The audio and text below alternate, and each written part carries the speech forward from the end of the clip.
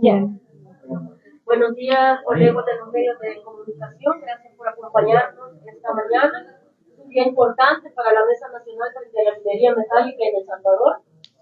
Vamos a compartir una propuesta para un nuevo reglamento de la Ley de Prohibición de la Minería Metálica. La Ley de Prohibición, como ustedes sabrán, fue aprobada hace más de 5 años.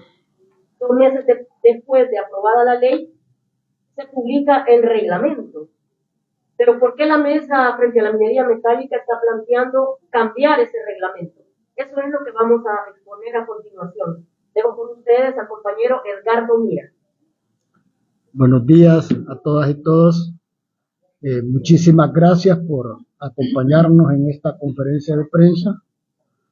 Efectivamente, este día queremos presentar a ustedes, al pueblo salvadoreño y por supuesto también a la Presidencia de la República, una propuesta de reglamento que contribuya efectivamente a operativizar la ley que fue aprobada en marzo de 2017 y que, de acuerdo a nuestro análisis, aún no se implementa adecuadamente y en relación directa a las necesidades de que en El Salvador efectivamente, pues, verdad, no se realice, no se materialice la explotación minera metálica. Hemos detectado señales en el sentido de que puede existir intencionalidad de abrir la explotación minera del país.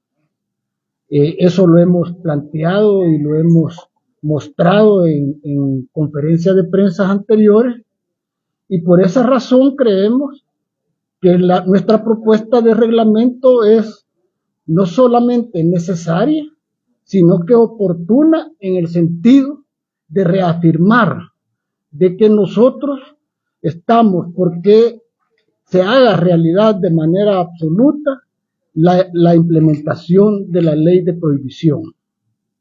¿Cuáles son los aspectos claves que requieren una atención especial por parte de los encargados de la implementación de la ley?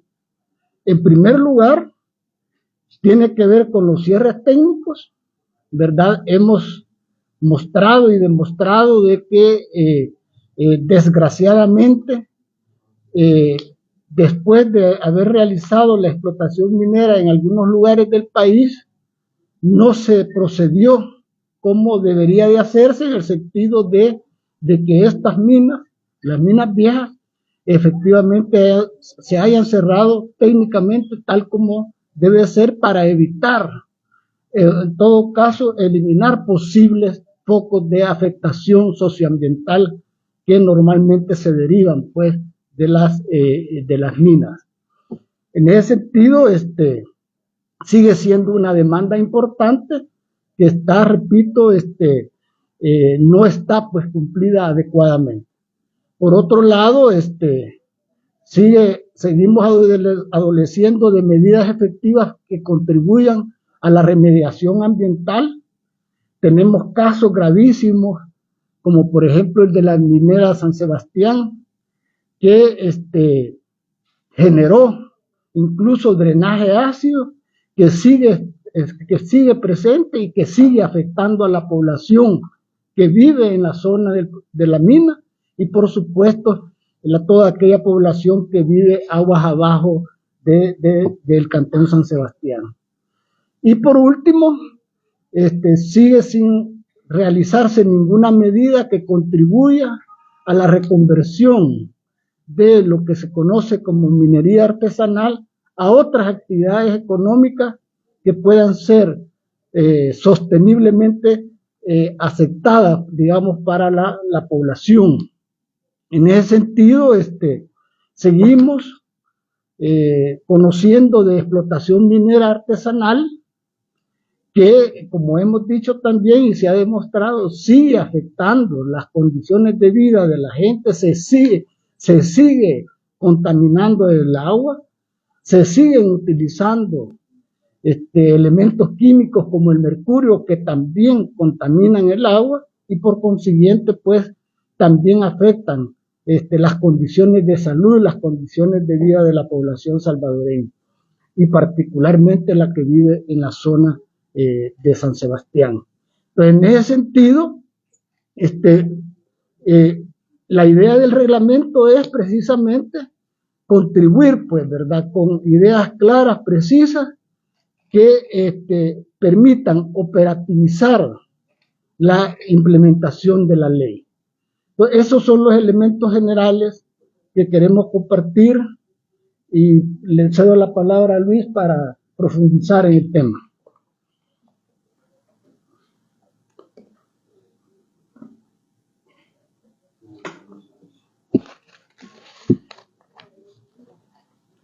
Buenos días, Luis González, también miembro de la Mesa Nacional Frente a la Minería. Sin duda, fue una victoria hace 5 años que se lograra prohibir la minería metálica en El Salvador, y esto respondió a que se comprobó técnica y científicamente que la minería no era viable y que tenía graves impactos en los ecosistemas y en la salud de la población. En ese sentido hay que decir de que esta prohibición, aunque se logró de manera formal, de manera material hay elementos de la prohibición, como muy bien nos ha señalado Edgardo, que no se han implementado. Cierre técnico, resarcimiento ambiental, reconversión económica de la minería artesanal. Y como mesa nos preocupa que no se han implementado estos elementos, pero además de esto, hay como muestras del gobierno de querer retroceder en esta decisión de la prohibición de minería metálica. En ese sentido, como el año pasado se crea una ley especial para una dirección de energía, minas e hidrocarburos, como el Estado salvadoreño se forma parte del Foro Intergubernamental de Minería y Metales, cómo se hace una investigación para evaluar el potencial minero en El Salvador. Todo esto sabiendo que tenemos una ley de prohibición que no está adecuadamente implementada. Y en ese sentido, considerando aspectos como la amenaza de la minería transfronteriza, entonces vemos como mesa la importancia de aportar en operativizar la ley de prohibición. Entonces, en esto, en primer momento, un primer punto es el cierre técnico de minas, cómo esa minería que se desarrolló en el pasado, se identifican estos lugares, hay algunos que ya están identificados, los pasivos mineros, y cuál es el cierre más adecuado para que haya un menor impacto en lo ambiental.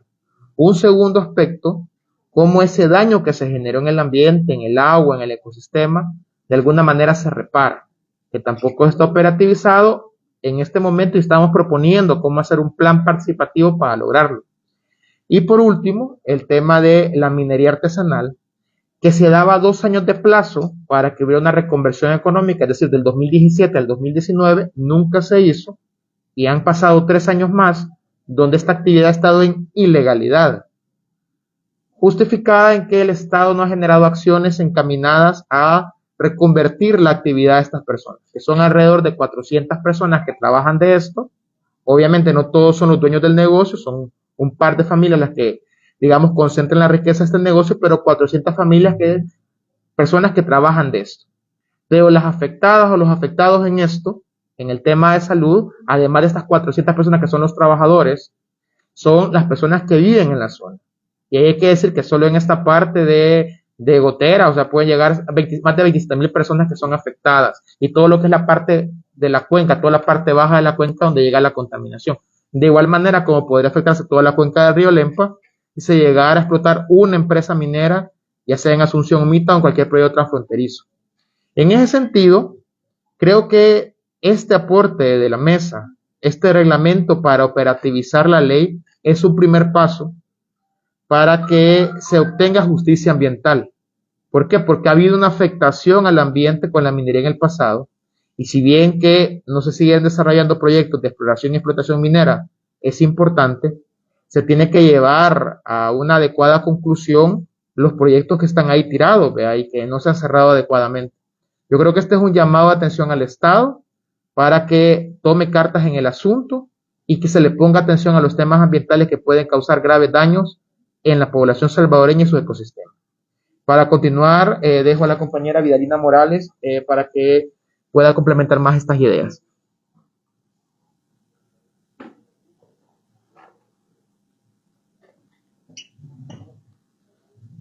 Muy bien, buenos días a todas y a todos. Muchas gracias de nuevo por estar acá con nosotros y seguir dándole continuidad a nuestro esfuerzo de lucha en este país para la aplicación de esta ley que se aprobó en el año 2017.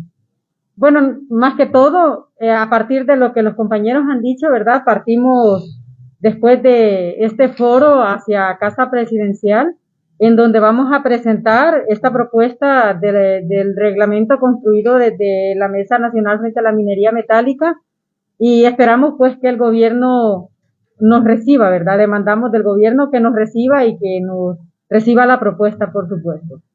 Y también, a partir de todo esto, ¿verdad? Necesitamos, o urge, mejor dicho, una mesa de diálogo para enfrentar esta situación de contaminación, ¿verdad? Que han dejado las minas que se explotaron en los años anteriores, años que 50 y que siguen generando, como lo decían los compañeros, drenaje ácido en la mina San Sebastián. Se necesita pues darle una mayor fuerza, digamos, para poder enfrentar esta situación. De lo contrario, vamos a seguir enfrentando la amenaza de la contaminación en estos lugares, ¿verdad? Pues esas serían como las demandas más prioritarias que llevaríamos este día hacia Casa Presidencial, en donde esperamos ser recibidos para entregar esta propuesta de reglamento que llevamos el día de hoy.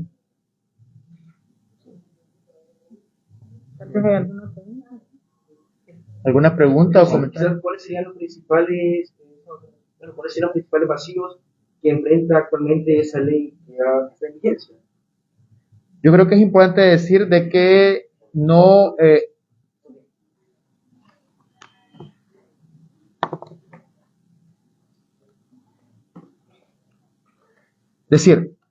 la ley aprobada es una ley corta y muy clara. O sea, claramente prohíbe y plantea qué cosas hacer. El problema es que para operativizar algunos elementos de la prohibición se necesitaba un buen reglamento. La ley se aprobó en marzo del 2017, para mayo ya estaba elaborado el reglamento. El problema es que el reglamento que elaboró el Ejecutivo era muy escueto. Prácticamente era una copia de la ley y no decía cómo hacer las cosas. Entonces, por ejemplo, si se habla de reconversión económica de la minería artesanal, ¿qué es eso? ¿Cómo se hace? Si tenés 400 personas trabajando, primero tal vez sería censarlas. Es lo que hemos propuesto nosotros y nosotras. O hacer un plan para la reconversión, abrir un espacio de consulta a las personas que van a ser beneficiadas. Todo eso no se contenía en la propuesta de reglamento que fue aprobada en mayo del 2017. Entonces, creo que el punto que estamos haciendo ahora como mesa es aportar en esa operativización de manera que esa ley pues cobre vida. En el caso, por ejemplo, del resarcimiento ambiental, sabemos de que la minería en el pasado ha causado daños. Entonces, identificar esos daños, identificar si es que es al agua, al suelo, a la biodiversidad, qué se puede hacer en cada uno de estos rubros, qué puede hacer el Estado, cómo lo puede hacer con participación de la comunidad. Esos elementos son los que se buscan colocar un camino lógico para implementarlos, y es lo que el reglamento vigente no contiene, y por tanto, pues, no se ha avanzado nada en ese tema. Actualmente, ¿qué implicaciones tiene la práctica de la minería en el país a nivel mundial? ¿Qué implicaciones tiene en el país a nivel mundial la práctica de la minería? Bueno, pero antes que nada, quería también decir que una de las falencias de la ley es la ausencia de la participación de la población en el proceso, pues, ¿verdad?, de implementación de la misma.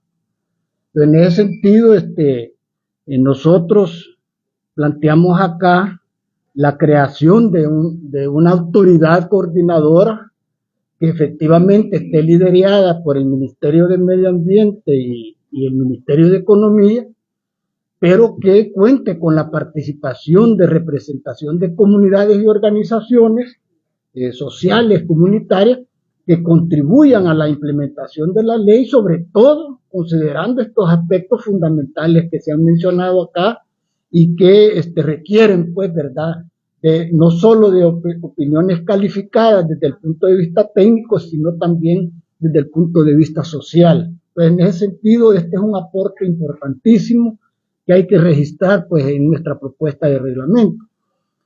Ahora, con respecto a lo que usted plantea, pues hay que tomar en cuenta de que al no tener minería metálica en El Salvador, por supuesto, El Salvador no está jugando en el campo internacional, ¿verdad?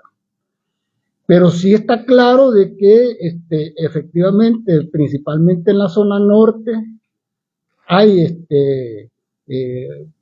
digamos, reservas, llamémosle de esa manera, principalmente de oro y de plata, que tienen un gran significado para el mercado nacional y el mercado internacional. Las implicaciones, desde luego, es difícil plantearlas desde esta perspectiva, en tanto que no se está, pues, participando, digamos, en ese ejercicio. Pero sí sabemos perfectamente bien de que más que implicaciones económicas pueden tener implicaciones socioambientales, que son las que precisamente han motivado y han generado todo el movimiento en nuestro país en contra de la minería metálica, precisamente porque normalmente los beneficios se los llevan otros, y lo que nos dejan son precisamente estos pasivos socioambientales que siguen afectando las condiciones. ¿La implementación de la ley hasta ahorita han estado teniendo un avance en la materia o hay un retroceso en la protección para el uso de la minería? No, es que reiteramos, o sea, en materia de exploración y de explotación, en el país se ha cumplido la ley. Donde no se ha cumplido satisfactoriamente en lo que tiene que ver con los cierres técnicos, la reconversión y la remediación de los pasivos mineros, que requieren no solo una organización, no, requieren también recursos, y estos no han sido asignados de manera satisfactoria. Incluso hemos denunciado de que para, por ejemplo, construir obras que supuestamente van a contribuir a contener el drenaje ácido en San Sebastián, lo que se asigna son $100,000 para el próximo año. Y ya tenemos 2 años que se han asignado cuantías muy pobres, pero además que no han sido ejecutadas satisfactoriamente. Entonces, eso precisamente abona a esta idea del incumplimiento de la ley, porque está planteado de que es obligación del Estado atender adecuadamente lo que se derivó, pues, de la minería pasada. ¿Cuántos proyectos estarían vigentes de explotación minera actualmente a pesar de la ley, y qué zonas? No, es que no hay ningún proyecto minero vigente. O sea, tuvimos conocimiento de 26 solicitudes, 26, 28 solicitudes de exploración y una de explotación, que era precisamente el proyecto minero de El Dorado de Pacificín, que fue precisamente detenido, oportunamente. Pero esos están ahí, ¿verdad? Y precisamente... No están rechazados. ¿Cómo no? Ahorita están suspendidos porque la ley lo establece, de que todos los proyectos mineros quedaron suspendidos. Ahora, lo que planteaba Luis, ¿verdad?, y otros compañeros, es que tenemos señales inequívocas de que se quiere modificar el status quo actualmente. Y por esa razón, también nosotros denunciamos, pues, ¿verdad?, de que el camino correcto es afianzar la implementación de la ley y no generar ahí algunas aperturas que pudieran terminar precisamente con la vulneración de la ley, o incluso, pues, suspender la misma ley, ¿verdad?, que tenemos actualmente. Yo quisiera un poco responder también a la pregunta que hacía el joven periodista, es en cuanto a las implicaciones que tiene la minería. Pues sí, es cierto que en El Salvador no tenemos minería, y eso es un gran gran logro, una gran suerte de las comunidades que hemos luchado, ¿verdad? Para que no se dé la explotación minera, por supuesto. Fueron 12 años continuos de lucha para estar con el tema pues en agenda, digamos, de la población. Pero bueno, la implicación es severa de minería, por ejemplo, en países vecinos como Honduras y Guatemala. O sea, el hecho de que acá no tengamos minería no nos quita que la minería que se pueda desarrollar en la frontera entre países vecinos de Honduras y Guatemala, de Honduras y El Salvador y Honduras y Guatemala, El Salvador y Guatemala, eso nos afectaría gravemente. Entonces, quiere decir que la minería industrial es una de las industrias, valga la redundancia, más contaminantes que existen hasta el día de hoy. Entonces, yo creo que esta es una situación que alerta mucho a muchos pueblos de Latinoamérica y de Centroamérica, ¿verdad? Sobre el rechazo que se tiene a esta industria tan nociva y tan contaminante, puesto que nuestra lucha aquí en El Salvador se hizo a partir de pensar que al tener una ley el gobierno iba a reaccionar y a dialogar con sus homólogos guatemaltecos y hondureños para que se prohibiera la minería transfronteriza, por lo menos. Hoy por hoy tenemos una amenaza muy latente, que es la mina Cerro Blanco. Esa mina, si se llegase a explotar, esa mina va a contaminar seriamente a nuestro principal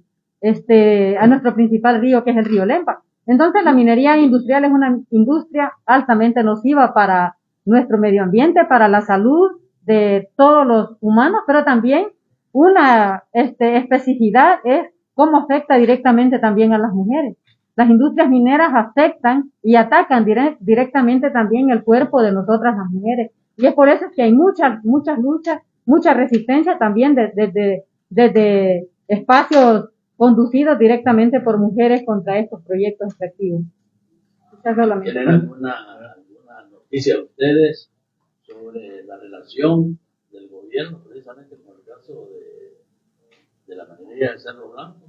Si hay algún acercamiento con el gobierno guatemalteco, porque hay muchas protestas. Aún estábamos viendo, por ejemplo, algunos grafitis ahí por la Universidad de El Salvador, donde le exigen al gobierno precisamente que tome cartas en el asunto, porque eso, como decía la señora, va a afectar a la población. En el caso de la minería de Cerro Blanco, ¿tienen algún conocimiento que el gobierno está tomando cartas en el asunto para acercarse al gobierno de la Mantay de Guatemala? Si lo ha hecho, no es público y no es suficiente. Porque incluso, hay que decirlo, que aparte de la ley de prohibición que tenemos en El Salvador, en diciembre del año pasado se aprobó en El Salvador una ley general de recursos hídricos que en el artículo 33 y 34 plantea la necesidad de la gestión de las cuencas transfronterizas y plantea la creación de una comisión gubernamental conformada por el Ministerio de Medio Ambiente, Economía, Relaciones Exteriores, para negociar aspectos de las cuencas transfronterizas, y eso no se ha operativizado. Entonces, aparte de que hay una demanda por la urgencia del impacto de la minería transfronteriza, hay un mandato de ley, aparte de la ley de prohibición de la Ley General de Recursos Hídricos, que a más de 6 meses de su entrada en vigencia no se ha operativizado. Entonces, de nuevo, si lo ha hecho, no es público y es insuficiente porque todavía sigue avanzando. Muchas gracias. Gracias.